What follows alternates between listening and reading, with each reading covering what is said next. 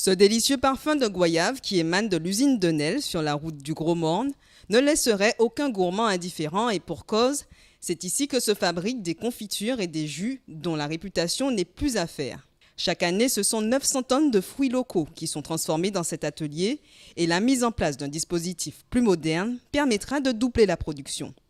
Aussi, dans le cadre du programme de développement rural régional de la Martinique, le Conseil régional a accordé une subvention de 219 874 € d'aide à ce projet. En visite sur le site, le président de la collectivité régionale Serge Letchimy confirme son soutien aux représentants de l'usine de Nesle, car l'objectif est bien d'augmenter la production locale. Il y a par exemple dans le domaine de l'ananas un besoin de 1000 tonnes. Alors qu'on sait qu'on peut produire de l'ananas, bien sûr il y avait des problèmes de maladie de l'ananas, mais comment faire de telle sorte qu'on puisse mettre des terres à la disposition des jeunes qui veulent produire de l'ananas, leur garantir un bon prix et passer des contrats avec des unités de transformation comme Nesle pour éviter d'importer de la pulpe d'ananas. Ça n'a pas de sens. Mais pour la goyave, on est à 100%. Il faut travailler sur l'abricot, sur la canne, sur toutes les filières qui pourraient nous permettre d'augmenter la production locale. Ne serait-ce que sur cet aspect-là, ça pourrait nous permettre de mettre de très nombreux jeunes dans l'activité agricole. Bien sûr, la loi sur la modernisation agricole a une petite ouverture, ça nous ouvre la possibilité de contractualiser. C'est-à-dire qu'on peut à la fois contractualiser avec les organisations de production de base pour leur dire, bon, vous prenez tant de tonnes.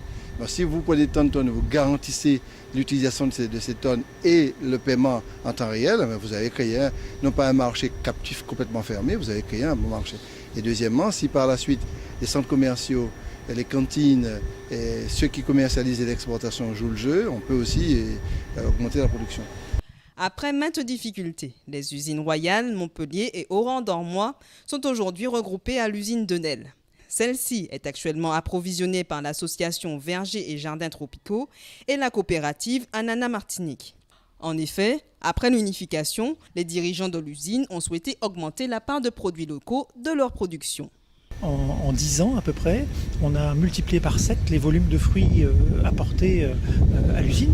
Donc en 99, vous aviez 200 tonnes de fruits. Cette année, on va avoir 1400 tonnes de fruits. Et tout ça, c'est environ 1 million d'euros qu'on redistribue à des producteurs locaux. Alors pourquoi développer une filière fruits ? Je pense parce que ça permet de valoriser complètement le produit fini. Ça améliore le goût des produits, ce qui est important pour le consommateur. Et puis il y a une troisième chose aussi, c'est qu'avec des notions de sécurité d'approvisionnement et des prix relativement stables, et on se dit bon maintenant il faut qu'on continue dans les 30% qui restent, puisqu'on dit il y a 71% qui sont achetés en local, dans les 30% qui restent, comment on peut continuer à faire basculer des produits qui sont importés aujourd'hui vers des fruits qui vont être achetés localement. Des fruits tels que l'ananas, la mangue, le maracuja, l'abricot pays. Pour répondre aux nouvelles capacités de production de l'unité de traitement de l'usine, ces filières devront être développées. Objectif, l'autosuffisance en matière de fruits que la Martinique est capable de produire elle-même.